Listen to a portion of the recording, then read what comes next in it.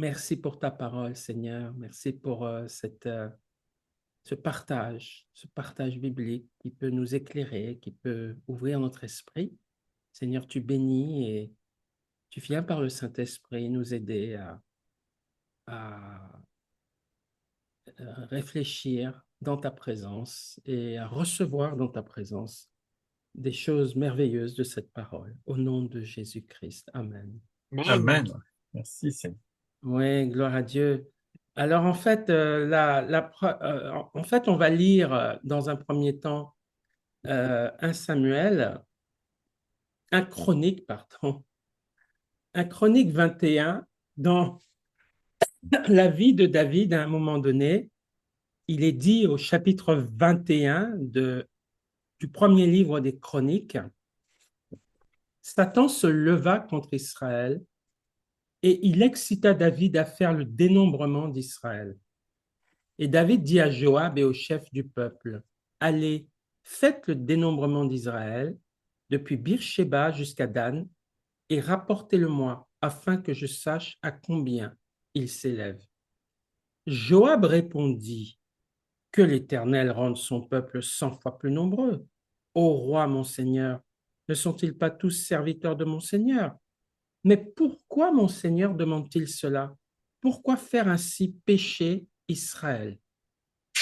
Le roi persista dans l'ordre qu'il donnait et Joab partit et parcourut tout Israël. Puis il revint à Jérusalem. Joab remit à David le rôle du dénombrement du peuple. Il y avait dans tout Israël 1100 000 hommes tirant l'épée, et en Juda 470 000 hommes tirant l'épée. Il ne fit point parmi eux le dénombrement de Lévi et de Benjamin, car l'ordre du roi lui paraissait une abomination. Cet ordre déplut à Dieu qui frappa Israël. Et David dit à Dieu, j'ai commis un grand péché en faisant cela. Maintenant, daigne pardonner l'iniquité de ton serviteur, car j'ai complètement agi en insensé. L'Éternel adressa ainsi la parole à Gad, le voyant de David. Va dire à David, ainsi parle l'Éternel, je te propose 3 fléaux, choisissant, choisissant un, et je t'en frapperai. Gad alla vers David et lui dit, ainsi parle l'Éternel, accepte ou 3 années de famine, ou 3 mois pendant lesquels tu seras détruit par tes adversaires et atteint par l'épée de tes ennemis, ou 3 jours pendant lesquels l'épée de l'Éternel et la peste seront dans le pays, et l'ange de l'Éternel portera la destruction dans tout le territoire d'Israël. Vois maintenant ce que je dois répondre à celui qui m'envoie. David répondit à Gad, je suis dans une grande angoisse. Oh que je ne tombe Oh, que je tombe entre les mains de l'Éternel, car ses compassions sont immenses, mais que je ne tombe pas entre les mains des hommes. L'Éternel envoya la peste en Israël, et il tomba 70 000 hommes d'Israël. Dieu envoya un ange à Jérusalem pour la détruire. Et comme il la détruisait, l'Éternel regarda et se repentit de ce mal. Et il dit à l'ange qui détruisait, assez, retire maintenant ta main. L'ange de l'Éternel se tenait près de l'aire d'Ornan, le Jébusien. Euh, David leva les yeux, vit l'ange de l'Éternel se tenant entre la terre et le ciel et ayant à la main son épée nue tournée contre Jérusalem. Alors David et les anciens, couverts de sacs, tombèrent sur leur visage. Et David dit à Dieu, n'est-ce pas moi qui ai ordonné le dénombrement du peuple? C'est moi qui ai péché et qui ai fait le mal. Mais ces brebis, qu'ont-elles fait? Éternel mon Dieu, que ta main soit donc sur moi et sur la maison de mon père, et qu'elle ne fasse point une plaie parmi ton peuple. L'ange de l'Éternel dit à Gad de parler à David afin qu'il montât pour élever un autel à l'Éternel dans l'aire d'Ornan, le Jébusien. David monta selon la parole que Gad avait prononcée au nom de l'Éternel. Ornan se tourna et vit l'ange, et ses 4 fils se cachèrent avec lui. Ils foulaient alors du froment. On va sauter jusqu'au verset 26. David bâtit un autel à l'Éternel, il offrit des holocaustes et des sacrifices d'action de grâce. Il invoqua l'Éternel et l'Éternel lui répondit par le feu qui descendit du ciel sur l'autel de l'holocauste. Alors l'Éternel parla à l'ange qui remit son épée dans le fourreau. Donc là, voilà, c'est ça. On a un épisode très, très, très intéressant là, où en fait, David fait quelque chose en fait que Dieu n'a jamais demandé en fait de faire. Dieu n'a jamais dit de faire ça. Et on le voit hein, d'ailleurs euh, dans qu'est-ce que où est-ce que je suis? Vous voyez, je suis encore perdu là. Ah voilà. Vous voyez avec moi ici Oui, un Chronique 23-27, c'est ce que vous voyez? oui, oui, oui, Jackie. Un verset tout seul isolé sur fond blanc, c'est ça? Oui, Voilà. Alors euh, donc ici, alors c'est pas ce verset que je voulais lire, c'était le suivant. Ouais, un Chronique 27, verset 23-24. David ne fit point le dénombrement de ceux d'Israël qui étaient âgés de 20 ans et au-dessous, car l'Éternel avait promis de multiplier Israël comme les étoiles du ciel. Donc, Dieu, quand il demande à David de faire le dénombrement du peuple, en fait, c'est un dénombrement uniquement militaire.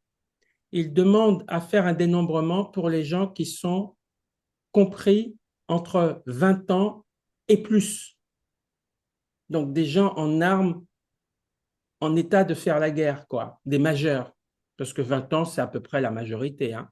ouais. Avant, ici, c'était 21 ans. Maintenant, c'est ramené à 18 ans. Et là, on parle de 20 ans. Donc, 20 ans et au-dessus, on pouvait faire un dénombrement. Mais c'était interdit de faire un dénombrement entre 20 ans et au-dessous. Et David a fait malheureusement ce dénombrement entre 20 ans et au-dessous. Parce que Dieu estimait que David devait lui faire confiance pour que Israël soit nombreux, Mm. pour croire que Dieu allait bénir en nombre le peuple d'Israël. Donc, il ne voulait pas qu'il fasse ce dénombrement. Et il est dit plus loin, d'ailleurs, Joab, fils de Tsirudja, avait commencé le dénombrement, mais il ne l'acheva pas, l'Éternel s'étant irrité contre Israël à cause de ce dénombrement, qui ne fut point porté parmi ceux des chroniques du roi David. Alors, c'est quand même intéressant parce que on a un roi, un monarque, qui désobéit à un ordre de Dieu qui concerne la nation. Et à cause de sa faute, la nation va être punie. La nation va être punie et Dieu va frapper le pays par la peste. Et en une journée, il va mourir 70 000 personnes à cause juste d'une désobéissance d'une seule personne, du roi David, du représentant du peuple, on va dire ça comme ça, du président, du roi, du monarque. Et, euh, et ça fait réfléchir. Ça fait réfléchir par rapport aux chefs d'État, aux rois, aux présidents qui ont le pouvoir Ouais. comment dirais-je, de conduire leur peuple. D'abord, ça montre qu'il faut faire ça avec Dieu. Il faut conduire son peuple avec Dieu et non sans Dieu. Et surtout, il faut obéir à Dieu, obéir à sa parole quand on exerce l'autorité sur un peuple. Donc, on est loin, loin, loin de ce genre de concept aujourd'hui, hein, puisque les gens ne connaissent pas Dieu. Mhm. On voit ici que une seule désobéissance d'un monarque peut amener le peuple à souffrir. Mm, mm. Et ça me rappelle un petit peu euh, le double problème, je dirais, voilà, de certains peuples qui, alors j'ai mis en pause là parce que ce que j'allais dire, je ne sais pas si c'est enregistré ou pas, mais ce que je voulais dire, c'est que par exemple, hein, la situation euh, des Palestiniens, par exemple, hein, euh, en 2007, ils votent pour le Hamas dans des élections libres, hein. Ils ne votent pas pour le parti de Yasser Arafat, hein, l'OLP, mais ils votent pour le Hamas en 2007.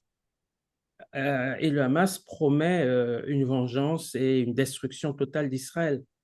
Donc là, dans le cas de l'autorité palestinienne, c'est à la fois les Palestiniens et le Hamas, mais le fait que le Hamas, après, ait ordonné euh, des exactions et ce massacre sur les Juifs, à plusieurs reprises d'ailleurs, font qu'il y a une malédiction qui est aussi sur le peuple.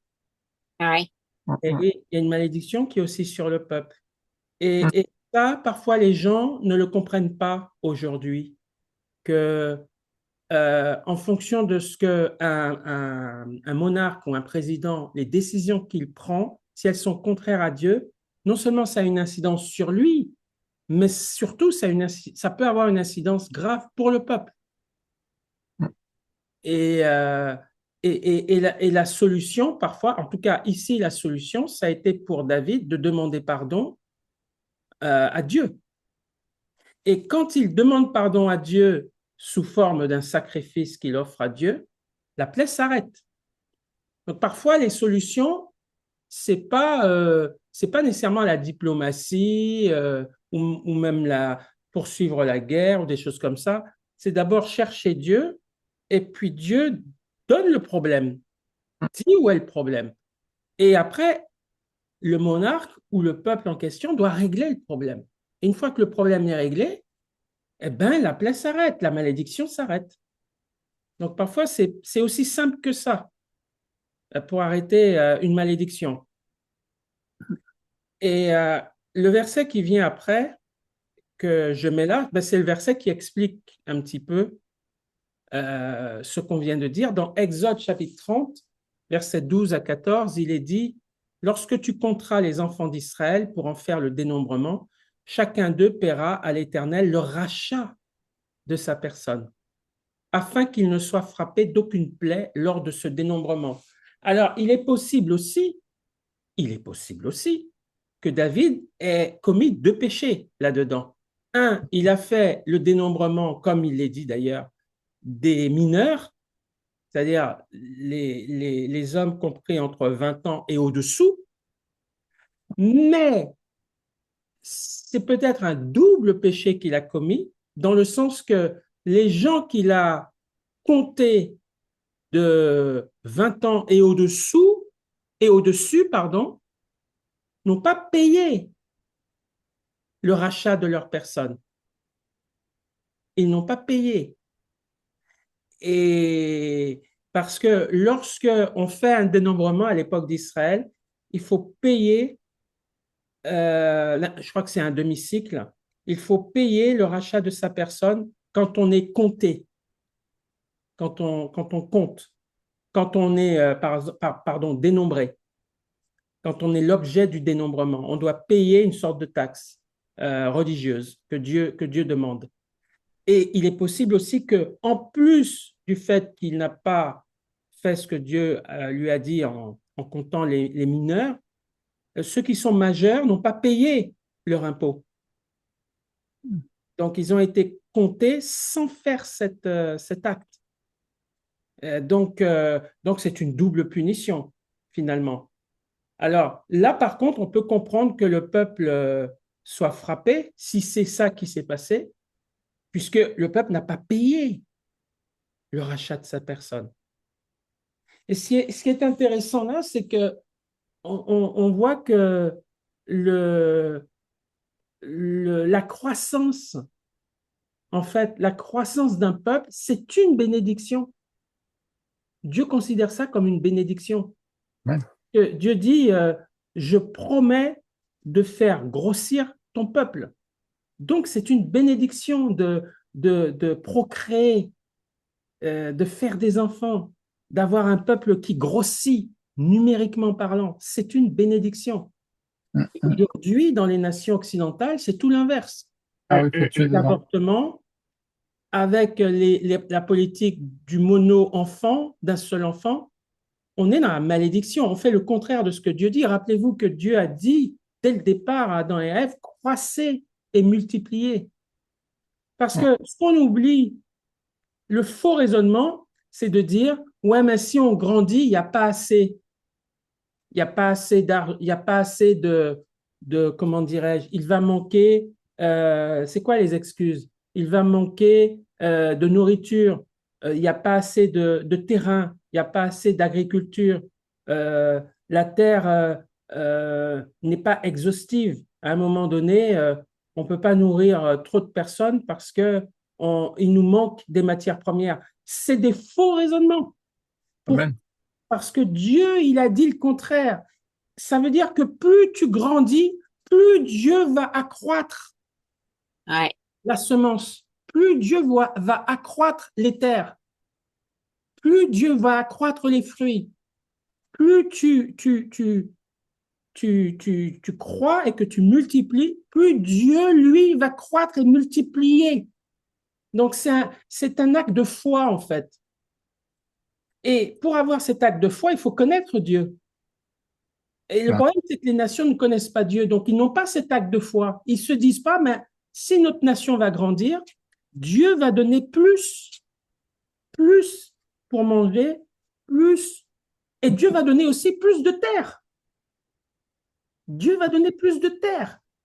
Vous remarquerez que les gros pays, je vais dire les plus peuplés en général, hein, à part le Canada, mais le Canada, c'est très froid, donc c'est des terres très froides. Hein. Mais dans les zones tempérées, on va dire, euh, les pays qui ont le plus grand nombre de populations en général, ben, c'est des pays qui ont le plus grand nombre de terres. Mhm. Il est plus gros. Je pense au Brésil, je pense aux États-Unis, je pense à la Chine, je pense à l'Inde, voire même la Russie. Donc, ils ont des territoires grands ben, parce qu'ils ont une grosse population. Dieu donne en fonction. Mhm. Amen. Amen. Dieu donne en fonction. Mais il faut être connecté à Dieu pour comprendre ces principes. Si tu n'es pas connecté à Dieu, tu vas faire n'importe quoi.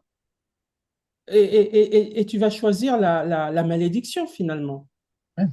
Et là, c'est une grave malédiction aujourd'hui, puisqu'on tue, on fait le contraire de ce que Dieu veut. Dieu veut croître, qu'on croisse et qu'on multiplie, et nous, on tue carrément. On tue, on avorte, on tue par milliers, par millions.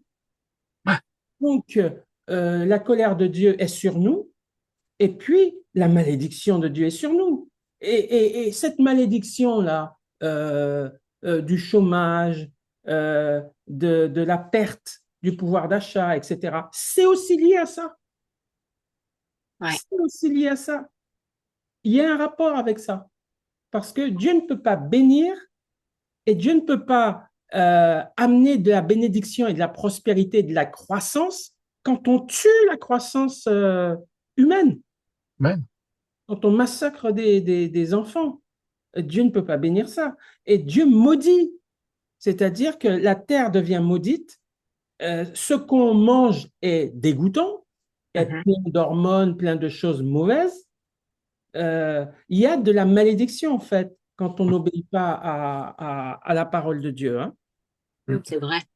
Et il est dit ici, donc au verset 14, tout homme compris dans le dénombrement depuis l'âge de 20 ans et au-dessus paiera le don prélevé pour l'Éternel. Voilà, donc en principe, la logique, c'est que lorsque on est une nation, on doit croître et multiplier et on doit appliquer des mesures de croissance et non de décroissance de la population. Amen.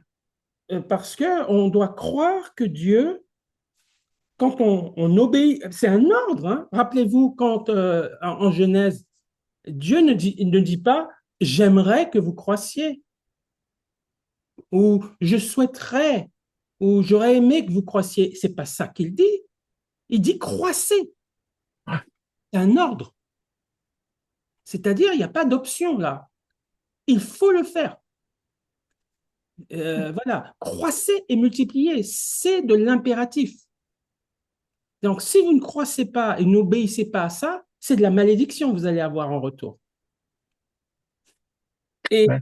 vous remarquerez que on a souvent dit que la Chine est surpeuplée. Vous vous rappelez, hein? Mhm. Ouais. Et ça faisait sous-développé de se dire la Chine est surpeuplée, etc. Ben, la Chine, vous avez entendu parler de gens qui meurent de faim en Chine? Ah En, non, non. en Afrique, oui, mais pas en Chine. Oui. Il y a des pays d'un million d'habitants en Afrique où les gens meurent de faim. Mais en Chine, où ils sont 1 milliard, j'ai jamais entendu parler de. Enfin, c'est pas ça qui domine. C'est pas ça qui domine. Donc, on peut être 1 milliard et ne pas mourir de faim, tout simplement. Voilà. En Inde, ils sont actuellement 1,4 milliard. Donc, parfois, il y a d'autres raisons de désobéissance à Dieu qui font qu'on peut avoir des problèmes de la faim. Mais ce n'est pas lié à la croissance. Ce n'est pas lié à la croissance démographique directement. C'est lié à d'autres problèmes. Mais parce que ça contredirait ce que Dieu dit. Dieu dit croissez, multipliez. Ça veut dire que dans la croissance et la multiplication, Dieu a de la bénédiction pour nous. Mhm. Voilà, donc il ne dirait pas ça si c'était de la malédiction. Donc, s'il y a des problèmes, c'est pas lié à ça en réalité. C'est lié à d'autres choses. C'est lié Ouais. peut-être à l'Inde, à l'idolâtrie, à d'autres problèmes. Mais même si il y aurait peut-être un lien avec ça, ce serait étonnant parce que si Dieu dit ça, Dieu va augmenter les terres. Il va augmenter les fruits, les semences. Il va augmenter, il va faire au prorata de la population, puisqu'il ne peut pas donner un ordre sans donner la bénédiction derrière. Ce n'est pas possible. Donc, si Dieu dit de croître, c'est qu'il va faire monter la production. Mm. Voilà, voilà. Donc, c'est pas la croissance de la population qui est le problème. Le problème, il est ailleurs. Euh, donc, ça je voulais parler de ça. Donc, ce verset, souvent, on l'emploie pour dire, ben, on ne sait pas les raisons pour lesquelles David est maudit et pourquoi le peuple est maudit, hein. Ouais. Mais voilà, ben, Dieu dit, il y a deux raisons. Ceux qui sont 20 ans et au-dessous, je vous interdis de faire le dénombrement. David l'a fait. Et ceux qui ont 20 ans et au-dessus, vous faites le dénombrement, mais chaque personne doit payer un demi-cycle par tête. David n'a peut-être pas fait ça. Donc, voilà. Donc, Dieu n'est pas nécessairement contre un dénombrement, on le voit là, hein, mais ça doit être fait selon les règles. Ouais. Selon les règles. C'est la première chose que je voulais partager. La deuxième chose que je voulais partager dans un chronique, hein, puisque c'est dans le passage de la chronique que j'ai relevé ces choses, c'est les juges et les magistrats. Pardon, les juges et les magistrats. Ce qui est important, c'est de savoir que les juges et les magistrats, en fait, ne sont pas pris n'importe où, n'importe comment. En fait, et ça, c'est très important pour nous aujourd'hui, dans ce 21e siècle. Les juges et les magistrats doivent, à l'époque d'Israël, devaient être des gens pas seulement honnêtes, euh, Bien. voilà, pas seulement honnêtes, exempts de duplicité, mais spirituels. Ah ouais. Et c'est la différence, je dirais, avec le monde. Ouais. Parce que tu peux être honnête aujourd'hui, c'est-à-dire c'est quoi être honnête en fait pour le monde aujourd'hui? C'est simplement avoir un casier judiciaire vierge. Ça s'arrête là. Ça veut dire quoi? Ça veut dire que quelqu'un qui croit dans des contre-valeurs, euh, qui vit en concubinage avec quelqu'un de même sexe, euh, peut être un juge dans la mesure où son casier judiciaire est vierge. Donc, ça ne suffit pas pour Dieu euh, d'être exempt comment dirais-je, d'être honnête par rapport à l'argent, par rapport à certaines choses. Mais Dieu exige quelque chose de plus important. Il faut être spirituel, c'est-à-dire attaché à des valeurs spirituelles. Les valeurs spirituelles, c'est celles qui sont liées à Dieu, pas seulement aux hommes, mais c'est des valeurs spirituelles. Amen. Voilà. C'est-à-dire l'amour selon Dieu, euh, la justice, la vérité, la loyauté, le pardon. Voilà. Il faut être animé de valeurs spirituelles. Et bien sûr, être conforme aux principes moraux de Dieu. Voilà. Et donc, Dieu prenait des gens comme ça pour être magistrat et juge. Il ne se contentait pas de prendre des gens qui avaient juste un casier judiciaire vierge. Mhm. Voilà. Donc, on va le voir ici d'ailleurs dans les versets qu'on va regarder là. 1 Chronique 23, versets 3 à 4. On fit le dénombrement des Lévites depuis l'âge de 30 ans et au-dessus, comptés par tête et par homme. Ils se trouvèrent au nombre de 38 000. Et David dit qu'il y ait, donc parmi les Lévites, et alors les Lévites, c'est qui? C'est la tribu de Lévi, c'est-à-dire les fils de Lévi qui lui-même était fils d'Israël, fils de Jacob. Dieu a changé le nom de Jacob en Israël. Hein? Donc Jacob, c'est Israël. Hein? Israël a eu 12 fils. Et ces 12 fils ont donné naissance à 12 tribus qui font maintenant la nation d'Israël. Et la tribu de Lévi, l'un des fils donc d'Israël, Lévi, était consacré pour le service du temple ou du tabernacle, pour le service des choses de Dieu, exclusivement pour ça. C'est-à-dire, c'était l'équivalent des prophètes, docteurs, pasteurs, évangélistes d'aujourd'hui. Ils étaient à plein temps pour l'œuvre du ministère du Seigneur. Et donc, ces Lévites, verset 4, David dit qu'il y en ait 24 000 pour veiller aux offices de la maison de l'Éternel, 6 000 comme magistrats et juges. On augmente. Voilà, c'est de eux qu'on va sortir les magistrats et les juges. Ça veut dire quoi? Ça veut dire que ce n'est pas seulement des gens qui ont un casier judiciaire vierge, ça veut dire que c'est des gens spirituels qui ont une relation avec Dieu et qui obéissent aux principes de Dieu. Aujourd'hui, vous avez des juges qui n'obéissent à certains principes de Dieu, mais pas tous, voire à des principes abominables et qui sont magistrats et juges. Donc, ça va influer dans leur jugement, cette perversion ou cette inadéquation entre leur morale et la morale biblique. Donc, forcément, ça va jouer dans le jugement et le jugement va être tronqué. Et donc aujourd'hui, pourquoi la justice est tronquée? Ben, la justice est tronquée parce que ceux qui rendent justice n'ont pas de relation avec Dieu pour la plupart d'entre eux. Ils ne parlent pas de Dieu, ils n'invoquent pas Dieu dans un jugement. Ils ne connaissent pas Dieu, la plupart. En tout cas, un certain nombre. Et ils n'obéissent surtout pas aux principes de Dieu. Mhm. Donc, on a une justice mal en point, Oui. éloignée de Dieu. Amen. Quelques subsides de moralité à la surface, mais quand on regarde dans le fond, on voit bien que on est dans la compromission, on est dans l'impureté sexuelle, on est dans la dépravation. Il cautionne des choses abominables que Dieu condamne. Oui. Ce sont de mauvais juges. Euh, donc, voilà ce qu'on peut dire. On peut voir aussi, regarder dans 1 Chronique 26, verset 29, parmi les Jitséarites. Alors, Jitséar, c'est un des fils de Lévi. Hein. Donc, tout ça, c'est des gens pris parmi les Lévites. Hein.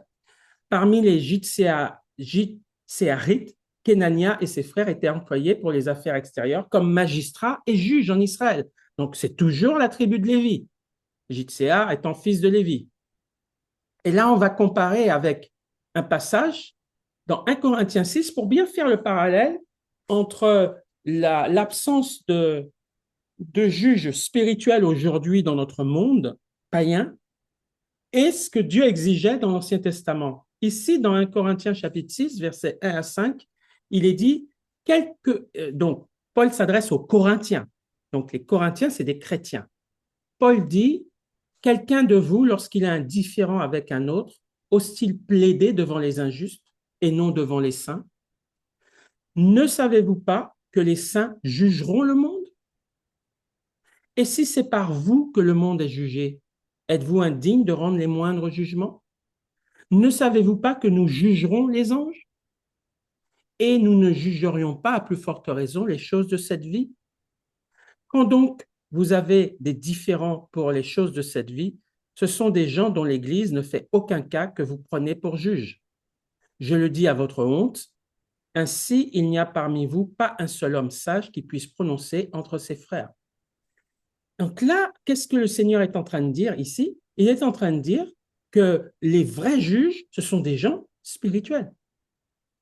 Ce sont des gens qui ont une relation avec Dieu. Mm. Pourquoi? Parce que ce sont ces gens-là qui vont juger au jugement dernier, qui vont être assis sur des trônes et qui vont juger le monde entier, dans toutes les générations. Et ces gens-là, c'est nous, les saints. Donc, si Dieu dit qu'on va juger les anges et le monde, il dit aussi ici qu'on est aussi capable de juger les moindres jugements d'aujourd'hui, de cette vie. En réalité, les vrais juges, ça devrait être nous, dans les tribunaux. Ça devait être des chrétiens. Alors, ça ne veut pas dire qu'il ne faut pas une formation. Bien sûr, il faut des formations, il faut apprendre un certain nombre de choses, etc. Mais au niveau de la morale, c'est nous qui devrions, en principe, ça devait être nous qui devions être les magistrats. Ici, je parle d'ici-bas, hein, dans ce monde, en France. C'est nous. Et donc, le monde, au lieu de choisir des gens spirituels pour être juges, le monde choisit des gens qui ne sont pas spirituels, qui ne connaissent pas Dieu. Et donc, ça ouvre évidemment la porte à des choses médiocres. Alors, je ne dis pas que tout est mauvais dans la justice actuelle, parce que heureusement, elle est inspirée de beaucoup de la loi de Moïse, hein, la justice actuelle. Hein. Beaucoup a été inspiré de la loi de Moïse. Hein. Mais in fine, entre un juge spirituel et un juge qui ne l'est pas, ben, il y a plus d'erreurs, il y a plus de mauvais jugements ou de mauvaises appréciations, surtout sur le plan moral, avec un juge qui ne croit pas, évidemment. Et donc, le monde ne fait pas appel à nous. Il fait appel à des gens qui ont un casier judiciaire vierge, certes, mais qui n'ont pas de valeur profonde, globalement parlant. Hein, ce n'est pas tout le monde, mais la plupart n'ont pas de valeur morale profonde. Et d'ailleurs, on assiste aujourd'hui, comme le disent certains politiciens, on assiste au gouvernement des juges, sous-entendu des juges iniques. C'est-à-dire, au lieu de s'occuper vraiment de la justice, ils sont dans l'idéologie, parce qu'ils n'ont pas la force morale pour rester dans la justice. Ils se laissent infiltrer par d'autres choses, par des choses impudiques, immorales, qu'ils tiennent pour soi-disant justes. Et ils sont infiltrés par ça. Et donc, ils ne sont plus justes. Ils ne sont plus des magistrats fiables, on va dire ça comme ça. Mais ça, c'est intéressant de voir ici que ben, le monde sera jugé par nous. C'est incroyable. C'est nous qui allons, dans Apocalypse 20, Apocalypse chapitre 20, quand les, tous les êtres humains sont non-croyants, sont jugés devant le grand trône blanc, nous, alors il n'y aura pas que le grand trône blanc, c'est-à-dire celui de Dieu, mais nous, on sera devant des trônes aussi. En tout cas, on sera là pour juger toutes ces personnes, depuis Adam jusqu'à la fin du millénium. Tous ceux qui vont mourir, quand ils vont se présenter devant Dieu, ils se présenteront devant nous. Et c'est nous qui allons les juger. Et les anges aussi, Satan et tous les démons, c'est nous qui allons les juger. Donc, on a en nous cette capacité morale, cette justice morale de juger dès maintenant. Ça, il faut bien le savoir. Et, et savoir en fait que les juges d'aujourd'hui sont, pour la plupart, malheureusement, ça dépend des pays, mais on peut dire qu'ici, pour la plupart, n'ont pas de connexion avec Dieu en profondeur. En tout cas, n'obéissent pas, la plupart d'entre eux n'obéissent pas aux principes moraux de Dieu. Voilà. Ça, c'était le deuxième point que je voulais souligner. Et puis, le troisième point que je voulais souligner, c'est la suite, en fait, de l'affaire du dénombrement avec David. Vous vous rappelez, hein, on a lu tout à l'heure que David a fait un dénombrement qu'il ne devait pas faire. Alors, on n'a pas trop de précision, mais comme je l'ai dit tout à l'heure, on est sûr, parce que c'est écrit dans la parole, qu'il a dénombré des gens qui ne devaient pas dénombrer, hein, les gens qui avaient 20 ans et moins, et aussi, et possiblement, qu'il a aussi dénombré des gens, c'est pas écrit clairement, mais c'est possible qu'il a dénombré des gens majeurs, mais qui n'ont pas payé le rachat de leur personne. Et donc, Dieu a puni non seulement David, mais le peuple. 70 000 hommes sont morts à cause de la désobéissance d'un chef, d'un roi. Et Dieu a dit, ben, je vais punir cette décision. Parce que c'est une décision, ce n'est pas le peuple qui a pris cette décision. Tout à l'heure, quand je parlais du Hamas, le peuple a voté pour le Hamas. Là, ce n'est pas le cas. Là, c'est un seul homme qui prend une mauvaise décision. Et ça peut arriver dans n'importe quel pays, évidemment. Ouais. C'est un homme qui prend une mauvaise décision qui n'est pas la décision que Dieu voulait. Et ça amène le jugement sur le peuple lui-même. Et David, en fait, va crier à Dieu par rapport à ça et probablement Dieu va lui révéler que c'est par la repentance, la demande de pardon et surtout par le sacrifice, le sacrifice, oui, sanglant d'un animal, que la plaie peut s'arrêter et que la malédiction peut s'estomper. Donc, ça sous-entend aussi qu'un homme politique qui connaît le Seigneur peut faire des erreurs, mais il peut aussi les réparer puisqu'il connaît le Seigneur. C'est quand même un avantage d'avoir quelqu'un qui connaît Dieu, parce que même quand il fait une faute, il peut, avec la grâce de Dieu, et s'il a de l'humilité, il peut aussi réparer sa faute. Amen. Et David a pu réparer cette faute. Comment? Eh bien, il a offert un sacrifice, et il a offert un sacrifice d'une bonne façon, parce qu'on peut aussi offrir un sacrifice d'une mauvaise façon, ornant un ex-cananéen qui était au service de David, hein, donc qui était converti, hein, mais qui était d'origine cananéenne, parce que était d'origine jébusienne. Ornan lui a dit, mon seigneur le roi, je te donne le champ, prends-le gratuitement, et je te donne les animaux gratuitement pour que tu fasses tes sacrifices. Et David a dit, non, je n'offrirai pas à l'Éternel un sacrifice qui ne me coûte rien.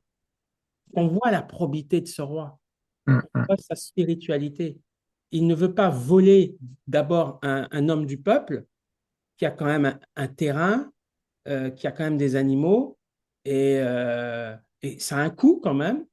Donc, il partait d'une bonne intention, hein, Ornan, hein, mais David ne voulait pas profiter de la situation et il ne voulait pas offrir quelque chose de gratuit à Dieu. Et donc, il a offert un sacrifice qui lui a coûté. Il a acheté le terrain d'Ornan et il a acheté les animaux. Il a fait ça gratuitement. Il n'a pas fait comme Akab qui a tué Naboth dans son champ pour ravir son champ, Ah, quelle horreur. sous l'impulsion de Jézabel. Il a fait ça, lui. Lui, il a acheté le champ, il a respecté Ornan et il a acheté son champ. Et le feu de Dieu est descendu sur le sacrifice, ça veut dire que Dieu a approuvé le sacrifice. Et puis, ça veut dire aussi que Dieu non seulement il a approuvé le sacrifice, mais pour prouver qu'il a approuvé le sacrifice, le feu est tombé et surtout, la malédiction s'est arrêtée. La mise à mort des gens s'est arrêtée. Et ce qui est intéressant, c'est une parenthèse que je fais là, il est dit que David dit, choisis 3 fléaux. Comment dirais-je, combattre tes ennemis qui domineront sur toi, 3 années de famine, c'est ça? Ouais. Ou un jour de peste. Un jour de peste, ça veut dire une maladie humaine, la peste, va attaquer les hommes et en un seul jour, ils vont mourir. Donc, c'est une maladie humaine. Et regardez spirituellement, qu'est-ce qui se passe? Il y a un ange qui a une épée. Et avec cette épée, il tue. Vous voyez le rapport? Humainement parlant, c'est la peste qui tue les hommes. C'est une bactérie. Hein, la peste, c'est une bactérie. Enfin, c'est soit un microbe, soit une bactérie. C'est quelque chose de physique, la peste. Hein. Donc, la peste attaque les hommes, puisque Dieu dit, je t'envoie un jour de peste. Donc, c'est la maladie, c'est bien la peste. On est bien d'accord. Mais spirituellement, ce n'est pas la peste. Spirituellement, c'est un ange avec une épée qui tue. Vous voyez la différence? Et les deux sont la vérité. Il y a une vérité qui est spirituelle, c'est un ange qui tue les gens réellement, mais sur terre, ça se traduit par la peste par laquelle ils vont mourir. Vous voyez? Mais sur le plan spirituel, c'est une personne, un ange qu'on ne peut pas voir et qui a une épée et qui frappe et qui tue. Vous voyez la manière dont on peut mourir et dont l'explication de la mort est donnée. Sur le plan spirituel, ça n'a rien à voir avec le plan physique. Mais pourtant, c'est la même action. Amen. C'est la même action.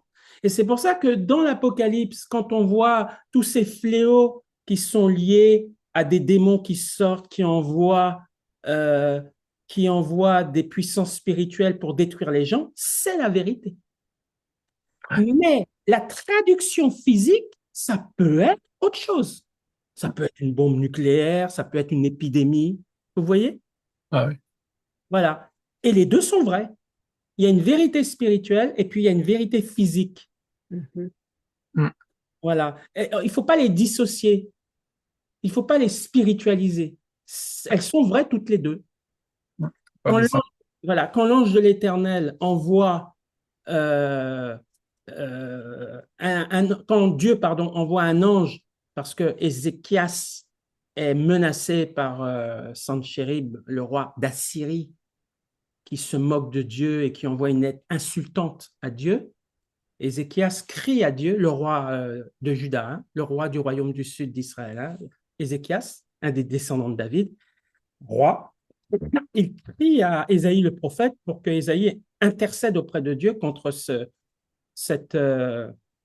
tyran arrogant qui se prend pour Dieu. Et Dieu envoie une lettre ensuite à Ézéchias pour dire, ne t'inquiète pas, je vais m'occuper de lui. Et le texte dit après, Dieu envoya un seul ange qui extermina 185 000 hommes. Et pourtant, dans la littérature profane, alors je ne vois pas là, Pierre, dans la littérature profane, cet événement est décrit par des historiens assyriens ou égyptiens, et il s'agit ils sont morts d'une maladie en une nuit. C'est 185 000 hommes. Ils sont morts d'une maladie qui les a terrassés en une nuit. Mais c'est pas incompatible puisqu'on vient de voir que Dieu envoie l'ange de l'Éternel et les gens meurent de la peste. Tu vois?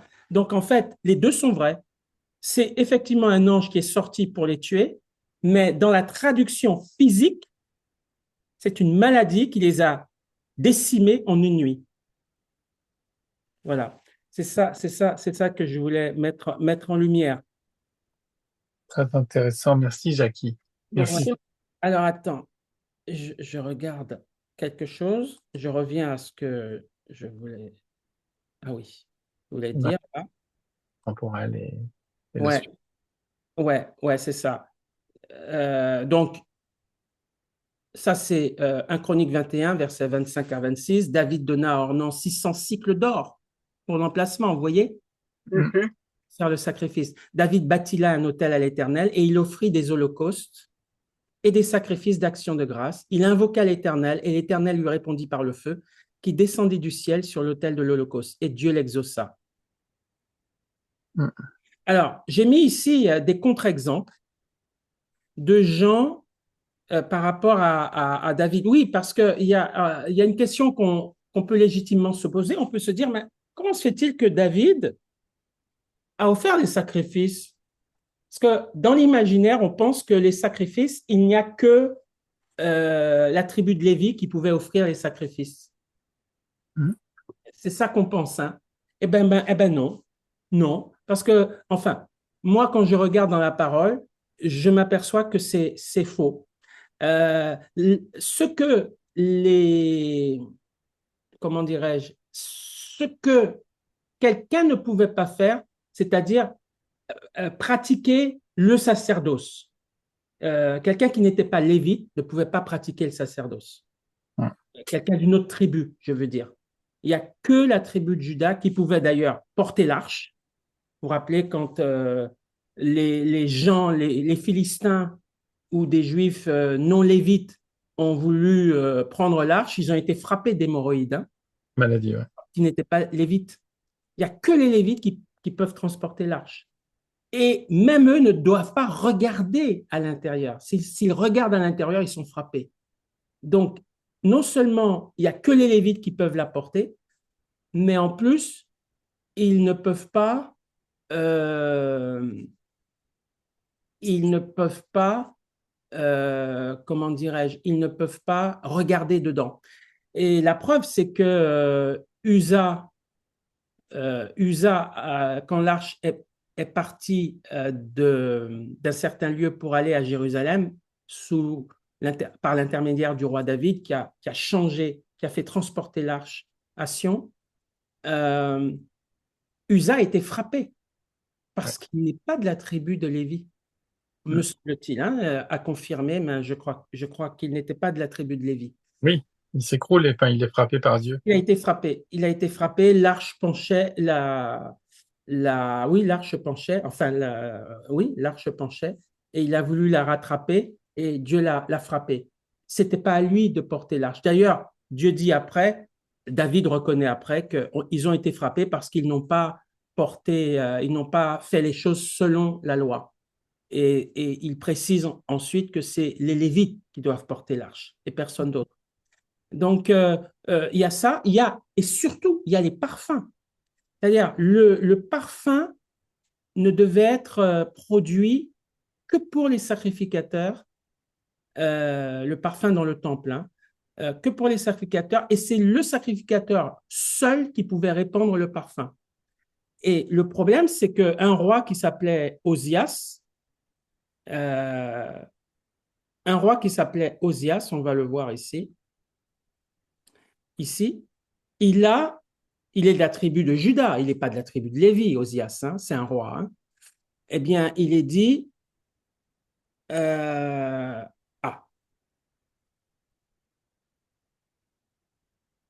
ah, je l'ai pas mis. Non, je l'ai pas mis, mais j'ai mis l'équivalent. 2 Chroniques 26, fils de Kéhat, Amram, Jitséar, Hébron et Uziel. Fils d'Amram, Aaron et Moïse. Alors, Kéhat et Amram, Kéhat est fils de Lévi. Hein. Voilà. Aaron et Moïse. Aaron fut mis à part pour être sanctifié comme très saint, lui et ses fils à perpétuité, pour offrir les parfums devant l'Éternel. pour faire son service et pour bénir à toujours en son nom. Donc, les parfums, il n'y a que la tribu de Lévi et pas n'importe qui dans la tribu de Lévi, les fils d'Aaron, pas de Moïse, uniquement d'Aaron qui pouvait offrir le parfum. Et là, on a un roi qui s'appelle Osias, à l'époque, un des descendants de David, qui entre dans le temple et qui offre des parfums. Et là, il est frappé par la lèpre. Voilà, parce qu'il n'a pas le droit de le faire. Et puis, il y a aussi Saül. Saül, c'est le problème est plus délicat. Saül, lui, il désobéit au prophète. C'est pas le fait qu'il offre un sacrifice qui est pas bon. C'est le fait qu'il désobéisse au prophète Samuel. Il est dit dans 1 Samuel 13, il attendit 7 jours selon le terme fixé par Samuel, mais Samuel n'arrivait pas à Gilgal et le peuple se dispersait loin de Saül. Alors Saül dit, amenez-moi l'holocauste et les sacrifices d'action de grâce. Et il offrit l'holocauste. Comme il achevait d'offrir l'holocauste, voici, Samuel arriva. Et Saül sortit au-devant de lui pour le saluer. Samuel dit, qu'as-tu fait? Saül répondit, lorsque j'ai vu que le peuple se dispersait loin de moi, que tu n'arrivais pas au terme fixé et que les Philistins étaient assemblés à Michmash, je me suis dit, les Philistins vont descendre contre moi à Gilgal. Je n'ai pas imploré l'Éternel. C'est alors que je me suis fait violence et que j'ai offert l'holocauste. Samuel dit à Saül, tu as agi en insensé. Tu n'as pas observé le commandement que l'Éternel, ton Dieu, t'avait ordonné. L'Éternel t'aurait affermi pour toujours. Il aurait affermi pour toujours ton règne sur Israël. Et maintenant, ton règne durera. Point. L'Éternel s'est choisi un homme selon son cœur et l'Éternel l'a destiné à être le chef de son peuple parce que tu n'as pas observé ce que l'Éternel t'avait commandé. Voilà. Il n'a pas écouté l'ordre de Samuel. Il devait attendre que ce soit Samuel qui offre le sacrifice, pas lui. Mais on voit que David a offert un sacrifice. Donc, ce n'est pas le fait d'offrir un sacrifice qui est interdit. C'est le fait que Saül n'a pas écouté le prophète. Donc, je finis avec ça pour dire que ces trois, comment dirais-je, ces trois versets, quand vous allez lire un chronique ou les autres passages là, de vous rappeler ces trois choses que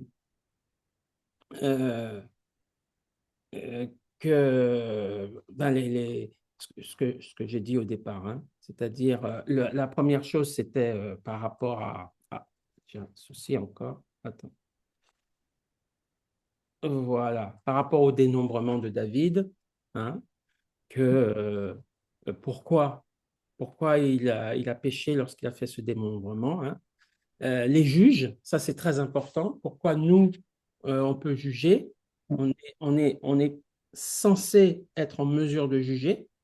Et que le monde, malheureusement, ne tient pas compte de la dimension spirituelle que les juges doivent avoir.